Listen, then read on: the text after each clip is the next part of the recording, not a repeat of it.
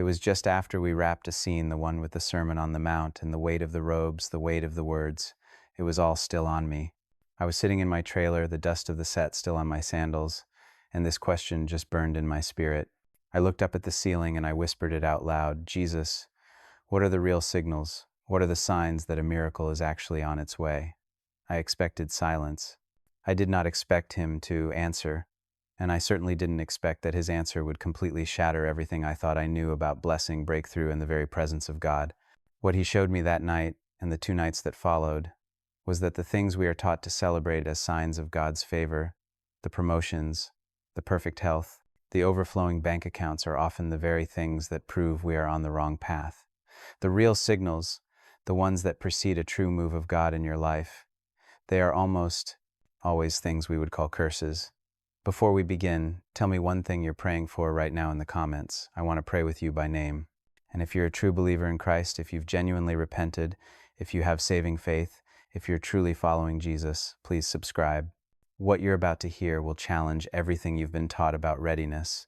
I need to know there are believers out there who are awake, watching, and ready. The story starts, I guess, where it always does for me.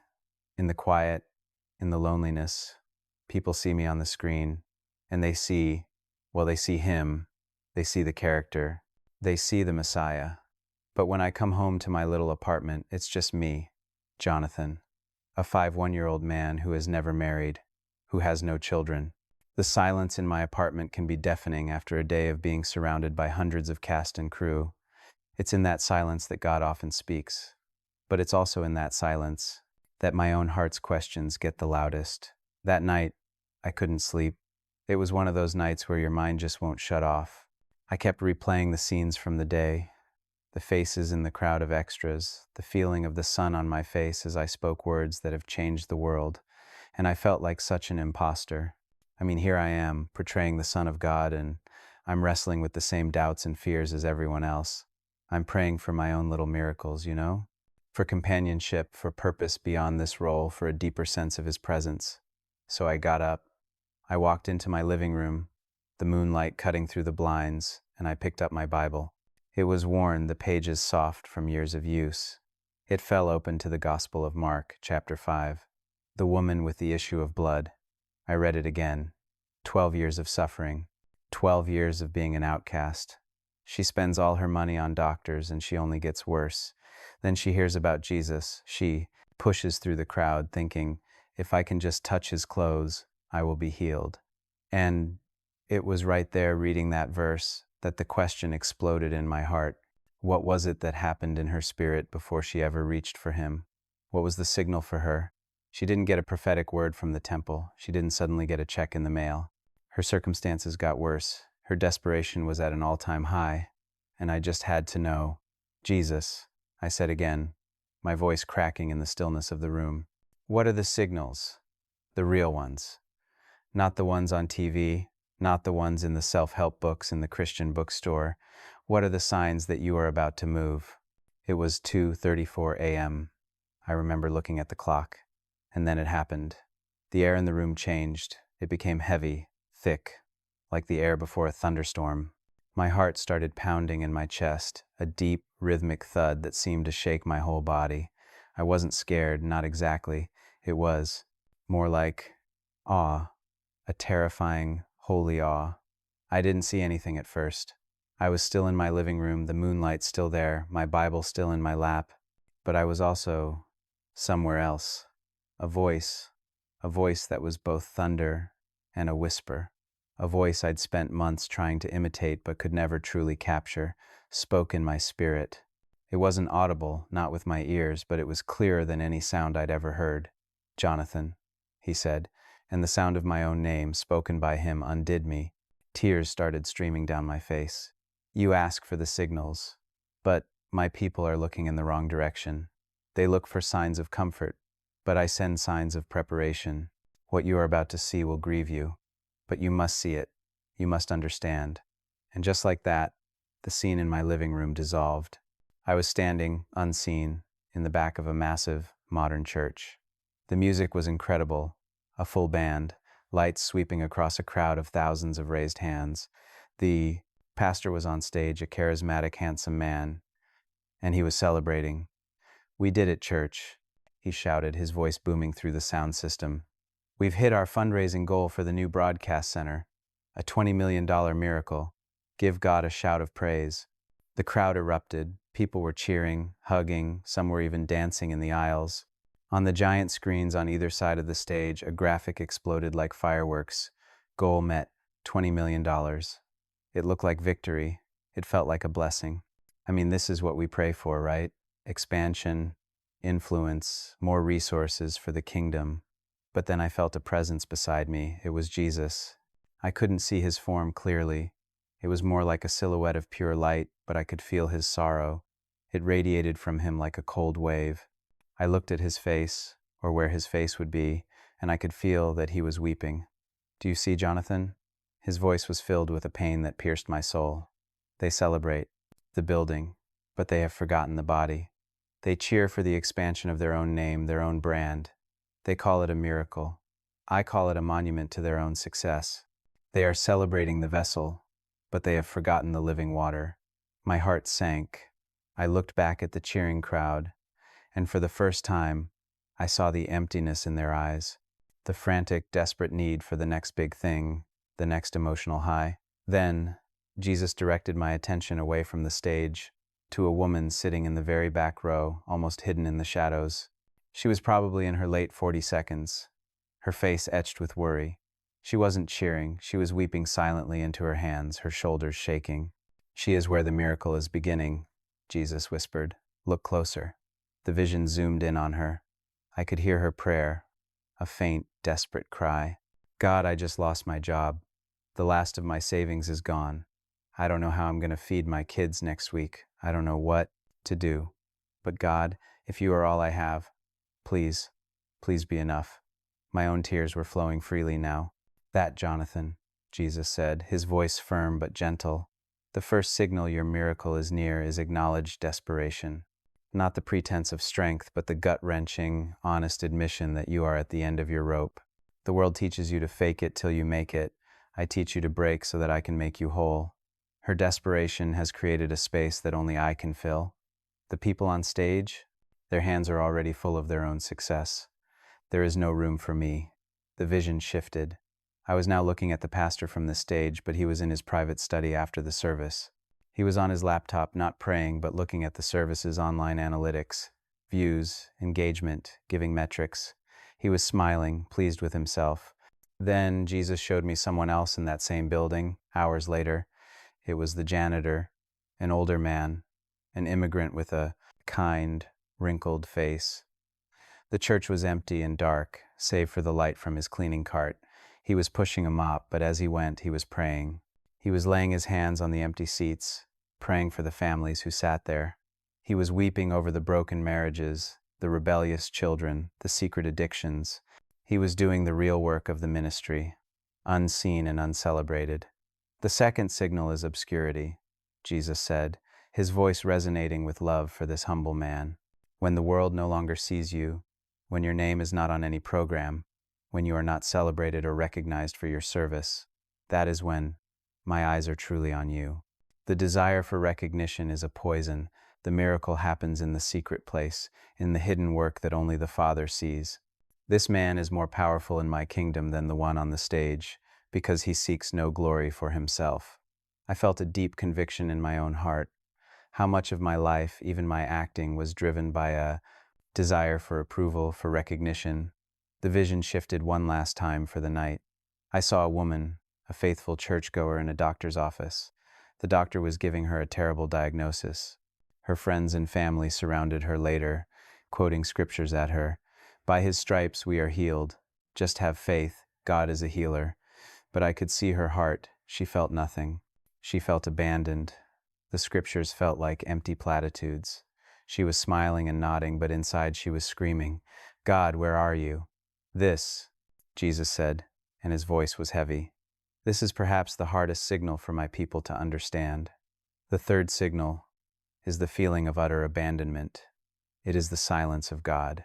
It is when the formulas fail, the praise songs feel hollow, and your faith feels like a thread about to snap.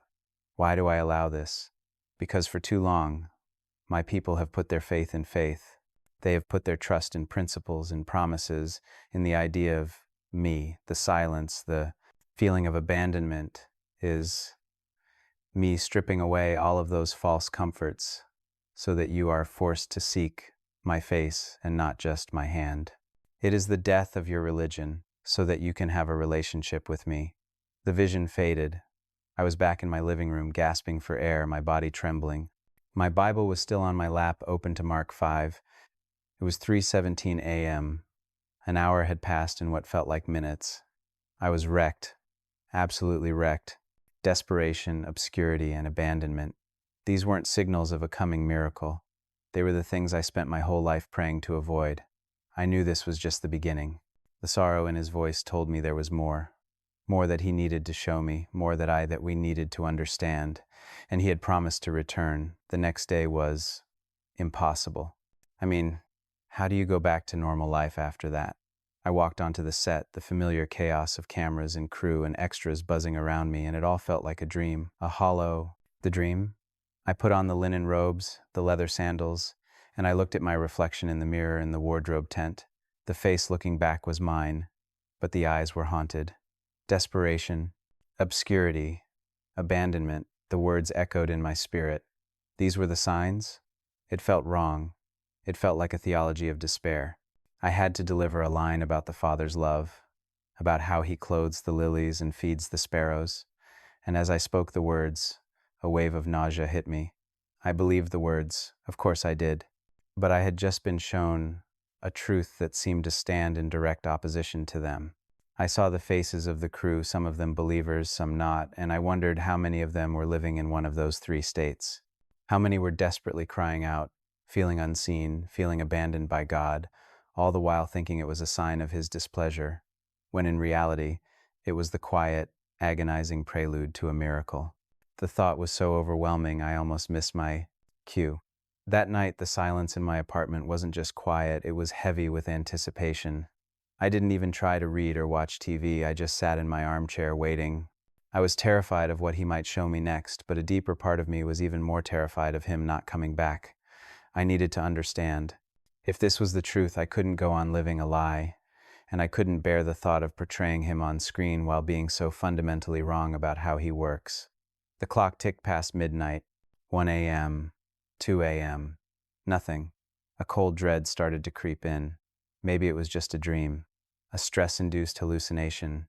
Maybe I was just a lonely, overwrought actor losing his mind. The thought was both a comfort and a devastation. And then, at 2:48 a.m., it happened again. The same shift in the atmosphere, the same weight of glory filling the room. My breath caught in my throat, and my heart began to pound. He was here. "You are troubled," his voice said, softer this time, full of a deep, knowing compassion. "Your spirit struggles against this truth because it has been fed a diet of comfort and ease. You have been taught that my blessing looks like the world's success. Tonight, I will show you more signals. And they will cut even deeper. They will expose the war you are truly in." The vision began. I was standing in a small, tidy office. A man in his 42nds, named David, was staring at a letter on his desk, his face pale. I could see he was a good man, a believer. He ran a small construction business, was known for his honesty, and he tithed faithfully from every single project. The letter was from a lawyer. A former client was suing him over a completely fabricated issue. It was a frivolous, malicious lawsuit designed to bleed him dry. I watched as David called his wife, his voice trembling.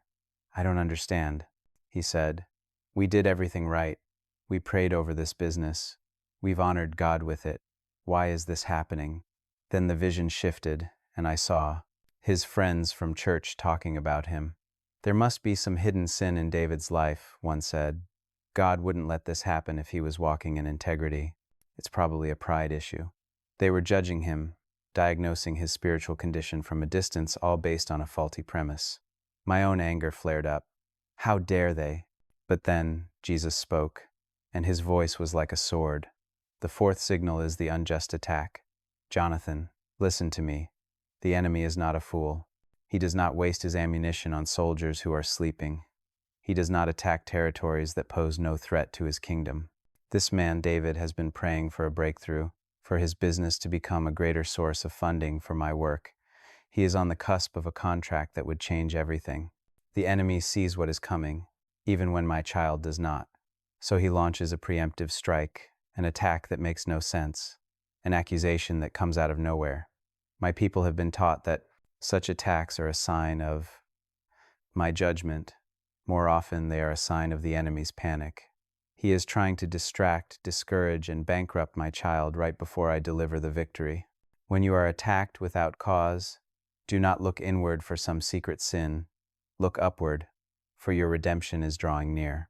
The revelation hit me like a physical blow. How many times had I seen a brother or sister fall under a sudden bizarre trial and secretly wondered what they'd done to deserve it? The thought shamed me to my core. The scene dissolved, and a new one formed. I was in a beautiful suburban home. A young woman, Sarah, was weeping in her bedroom. She was a gifted worship leader, her heart pure, her only desire to lead people into God's presence. But a vicious rumor had started about her online, a complete lie about her character. It had spread like wildfire through her church. The elders, in their wisdom, had asked her to step down from the worship team for a while, just until this blows over, they said. They were trying to manage the situation to protect the church's reputation, but in doing so, they had abandoned her. This is the same signal, Jesus said, his sorrow a palpable thing. An unjust attack. The enemy wants to silence the new song I am about to place in her mouth. A song of deliverance that would break chains in that congregation. So he attacks her voice, her reputation, her church. In their fear, partners with the enemy's plan. They see a problem to be managed. I see a warrior being forged. Her isolation will drive her into a depth of intimacy with me she has never known. And from that place, she will emerge with a power that no rumor can touch. The attack is proof that her ministry is about to be born. I thought about my own career, the rejections, the harsh criticisms, the roles I lost for no good reason. Was it possible that some of those weren't failures, but the enemy's fear of what God wanted to do through me? Before I could even process it, the vision shifted again. I was with a young couple, Mark and Emily. They were radiant, full of faith. They had sold their home, packed their bags, and raised support to be missionaries in Southeast Asia. They were convinced it was God's call. I watched them at the airport, their faces beaming. Then I was with them in an embassy office. A stern-faced official stamped a single word on their application. Denied. The door was slammed shut. Their dream was dead.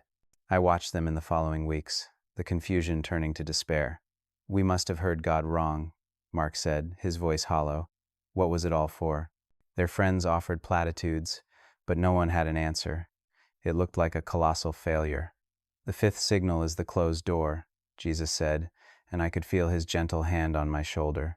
My people pray for open doors. It is one of their favorite prayers, but they rarely ask me for the wisdom to know which doors to walk through. I am a God who opens doors. No man can shut, yes, but I am also a God who closes doors no man can open. And my closed doors are as much an act of love as my open ones, often they are a greater act of love. He showed me what would have happened if their visa had been approved. A year into their mission, a political uprising would have occurred. They would have been caught in the crossfire, imprisoned, and their faith would have been shattered. I did not close the door to punish them, Jesus explained. I closed it to protect them. I allowed them to walk the path of preparation, of sacrifice, of surrender, because that journey forged a character in them that was the true purpose all along. Their failure has prepared them for their true mission field, which is the refugee community that will be resettled in their own city a year from now. They thought their calling was over there, but I needed them prepared for what I am bringing to their doorstep. The closed door that felt like my rejection was actually my divine redirection and protection. I felt my whole understanding of God's will tilting on its axis. I had always seen a closed door as a no. I never considered it could be a not yet, or more profoundly a I have something so much better, and you're not ready for it yet. The vision changed one last time for the night, and this one was the most painful. I saw a woman in her 50 seconds, a woman who looked like so many I knew from my own church background. For years her faith had been comfortable, social, but recently she had gotten hungry for more. She started getting up early to pray. She started studying the word for herself, not just listening to sermons. Her heart was coming alive, and her friends were leaving her. I watched a scene at a coffee shop. Her two lifelong church friends were shifting uncomfortably in their seats. "You're just so intense now, Carol," one of them said. "We can't talk about anything anymore without you turning it into a sermon." The other added, "Yeah, we miss the old you." Carol's face fell. She was being ostracized for her hunger for God. The sixth signal, Jonathan, is the pruning of relationships, Jesus said, and his voice was somber. "When a soul truly begins to follow me, their light begins to expose the darkness, and those who are comfortable in the twilight will flee from it. They will call you judgmental, when it is your life, not your words, that convicts them. They will call you fanatical when you begin to live with an eternal perspective. Do not be dismayed. Every branch in me that bears fruit the Father prunes, that it may bear more fruit." This pruning is often the painful severing of relationships that are holding you back, relationships rooted in comfort and compromise. I am making room. I am removing the voices that would counsel you to play it safe, so that you can clearly hear my voice telling you to walk on water. This loneliness is not a punishment. It is the creation of a holy space for divine appointments. The vision faded. I was back in my chair, the first hints of dawn creeping through the blinds. I was shaking, but this time it was different. It wasn't just shock. It was a deep, sickening horror. Unjust attacks, closed doors, pruned relationships, added to desperation, obscurity, and abandonment. This wasn't just a few misunderstood signals. This was a completely different operating system. We, the church, were celebrating promotions, open doors, and large social circles as blessings, while the people who were actually on the verge of a miracle were being judged, pitied, or ignored. We had it all backwards, completely and utterly backwards. The devastation was so profound I could barely breathe. I felt a crushing weight, not just for myself, but for the entire body of Christ. We were like people trying to navigate by a map of the wrong planet. And I knew, with a certainty that chilled me to the bone, that he had to come back one more time. He had shown me the problem, exposed its depth, but he had not yet given the answer. What was the point of knowing the signals if you didn't know what to do with them? What was the test? How do we endure these signals and actually step into the miracle? The question burned in me, a desperate final plea. I didn't sleep for the rest of that night. I couldn't. I just sat there in my armchair as the sky outside my window turned from black to gray to a soft, hazy blue. My body was exhausted, but my mind was on fire. 6 signals. 6 things that any sane person would run from, and Jesus was calling them signposts for a miracle. Desperation, obscurity, abandonment, unjust attacks, closed doors, pruned relationships. It felt like a roadmap to ruin, not revival. The horror I felt wasn't just intellectual. It was a deep, soul-level sickness. I thought of all the people I had pitied, all the situations I had judged as being outside of God's will. I thought of my own life, the long years of loneliness, the career, setbacks, the moments of feeling utterly forgotten by God. Had I been misinterpreting everything? Had I been sitting in the middle of God's preparatory work, all the while complaining about the mess? The weight of it was crushing.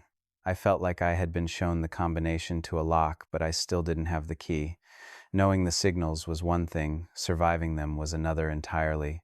What was the point of seeing the storm on the horizon if you didn't know how to anchor your ship? The question from the night before came back, a desperate burning prayer. What do we do? What is the test? I knew he was coming back. I didn't know how I knew, I just did. There was more to say. He wouldn't show me the depth of the disease without revealing the cure. That evening, I didn't even wait for the late hours. As soon as the sun went down, I went to my living room and I just sat. I was empty, drained. I had nothing left. "Okay, Lord," I whispered into the darkness. "I'm here. I'm listening. Whatever it is, I'm ready to hear it." The change in the room was almost instantaneous. It was 9:15 p.m., much earlier than before. The familiar weight of his presence filled the space, but this time, there was something else mixed with the awe. There was a profound sense of peace, a gentle, reassuring strength. "You have seen the path," his voice said, and it was the voice of a loving father about to entrust his son with a great secret. You have seen the signs that precede a true move of my spirit. Now I will show you the response I am looking for. I will show you the final 3 signals. These are not things that happen to you, Jonathan. These are the things you must do. This is the test. The vision opened, and I was back with David, the man whose business was under the unjust attack. But this time I saw 2 versions of him, playing out side by side. In one version, he was frantic. He was on the phone constantly, networking, trying to find a legal loophole, calling in favors. He was striving, scheming, trying to force a solution. His face was tight with anxiety, and his prayers were just panicked demands for God to do something. Then I saw the other version. In this reality, David was on his knees in his office. He had the lawsuit letter on the floor in front of him. He wasn't panicking. He was quiet. He was reading his Bible. He was listening. He would write down notes, not for his lawyer, but for his own soul. He was asking God, "What do you want me to learn in this? Show me your strategy." He was still, but it wasn't a passive stillness. It was an active, expectant stillness. The 7th signal is intentional stillness, Jesus said, his voice cutting through the vision. My command is be still and know that I am God. It is not a suggestion for relaxation. It is a battle command. The enemy wants you frantic. He wants you running in circles, exhausting your own strength so that you will be too tired and too distracted to hear my plan. The stillness I require is a declaration of trust. It is you saying, I will not move until my commander gives the order. It is in that quiet, intentional waiting that I download my battle plans. The first man is trying to fight for me. The second is letting me fight for him. The miracle is only released into the stillness. The vision shifted. I was with Sarah, the young worship leader who had been unjustly removed from her position. She was in her bedroom, her guitar in her lap. Her face was stained with tears. The betrayal from her church leaders was a fresh, open wound. Every fiber of her being wanted to be bitter, to complain, to post her side of the story on social media. But she didn't. She took a deep, shuddering breath, and she began to play. The first few chords were weak, hesitant. Her voice cracked as she began to sing. She wasn't singing about her pain or the injustice. She was singing about his faithfulness. Great is thy faithfulness, O God, my Father. As she sang, something began to change. The oppressive, heavy atmosphere in her room started to lift. A soft light seemed to fill the space. Her voice grew stronger, clearer, filled with a conviction that defied her circumstances. She wasn't just singing a song, she was waging war. The 8th signal is the sacrifice of praise, Jesus declared, and his voice was filled with a holy fire. This is the weapon that shatters the enemy's plans. Praise is not based on your circumstances, it is based on my character. When my people praise me in the darkness, when they offer me the sacrifice of thanksgiving, even when their heart is breaking, it does 2 things. First, it realigns their own spirit with the truth of who I am, lifting them out of the pit of despair. Second, it utterly confuses the enemy. He expects you to curse me, to doubt me, to grow bitter. Your praise in the midst of pain is a sound he cannot comprehend and a power he cannot withstand. It is the sound of impending victory. It is the song that precedes the dawn. I watched Sarah, and I knew she had just passed a critical test. The song she was singing in that lonely room was more powerful than any song she had ever led on the stage. This was where the real ministry was happening. Then, the vision dissolved, and there was nothing.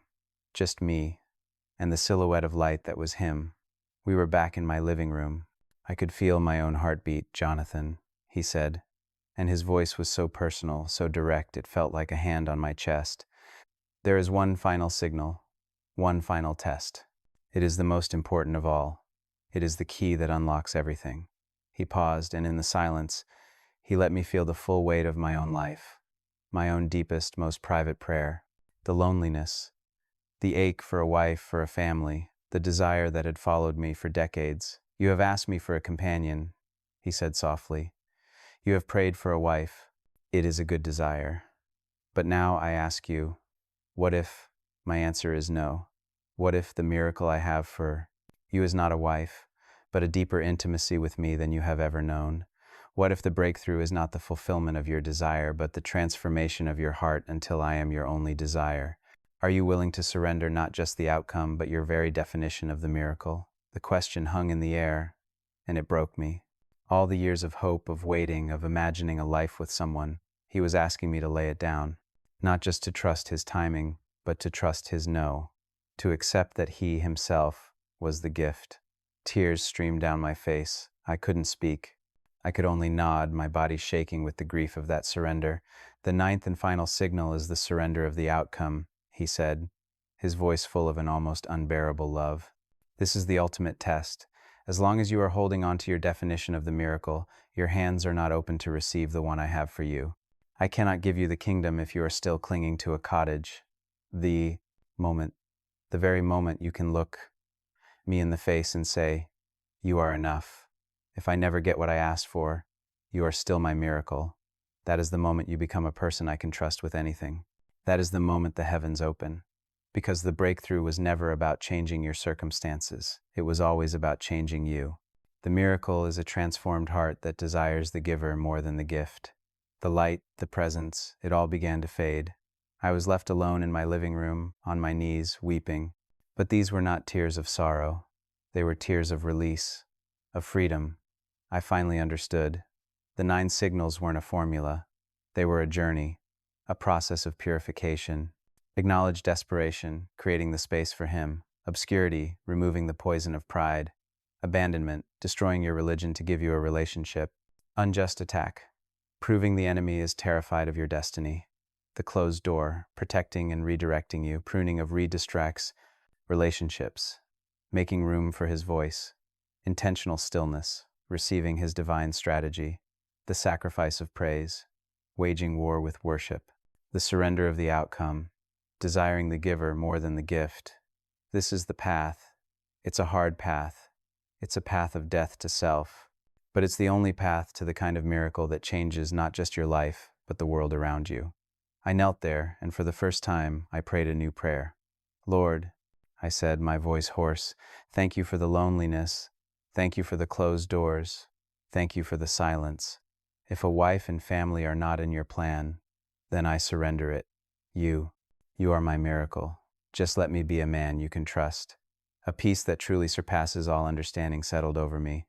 I don't know what God will do in my life. I don't know if he'll ever give me the family I've longed for. But it doesn't matter in the same way anymore. I've seen the test, and by his grace I want to pass it. The question for you is, are you in the middle of one of these signals right now? Are you feeling desperate, unseen, abandoned? Are you under attack, facing a closed door, losing friends? Don't despair. And please don't misinterpret the sign. You may be closer to your miracle than you have ever been. The question is not when God will move. The question is, will you be still? Will you offer the sacrifice of praise? And will you surrender the outcome? If this message has spoken to you, if you feel that call to a deeper, more authentic walk with Christ, then subscribe to this channel. Let's walk this path together. Let's be the generation that learns to read the signs correctly and becomes a people that God can trust with a true revival. Amen.